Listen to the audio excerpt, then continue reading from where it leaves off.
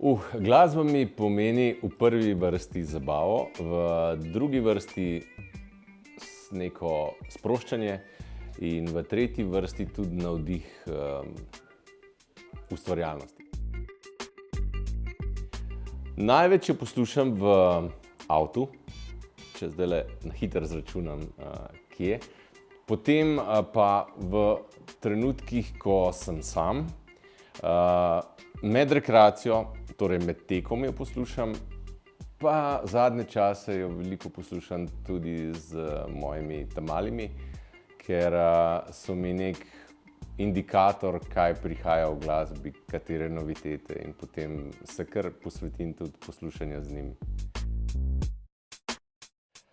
Če bi moral izpostaviti, potem vseeno moram biti iskren in se največkrat vrnem na hip-hop 90-ih, pač še vedno imam playliste, ki nikoli ne razočarajo, pa tudi začetki novega tisočletja, ampak poslušam pa vse vrsti, ne vse, bom rekel, večino zvrsti glasbenih.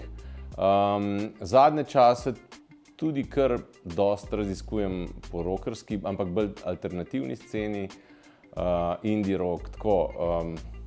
Ampak saj pravim, svojo mladost si velikokrat prikličem s kakšnimi starejšimi komadi, no.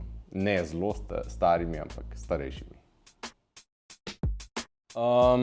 Po moje slušalke, vseeno, pač se mi zdi, s kvalitetnimi slušalkami se res lahko izklopim iz okolice in tako je. Avto pa prav tako, ne. Zdi se mi, da je pri izbiri avtomobila izredno pomemben, vsaj meni, če izbiram avto, kako kvalitetno je ozvočenje, ne. In pač veliko časa preživimo v avtu vsi skupaj. Ja, v bistvu spoznal sem brand, ko sem imel v enem avtu, ne, čisto tako naključno, niti nisem sam izbiral, je bil opremljen z ozvočenjem Harman Kardon.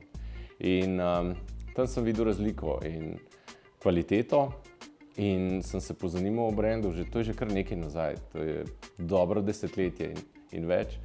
In ja, kvaliteta govori sama zase in ime pa sledi temu.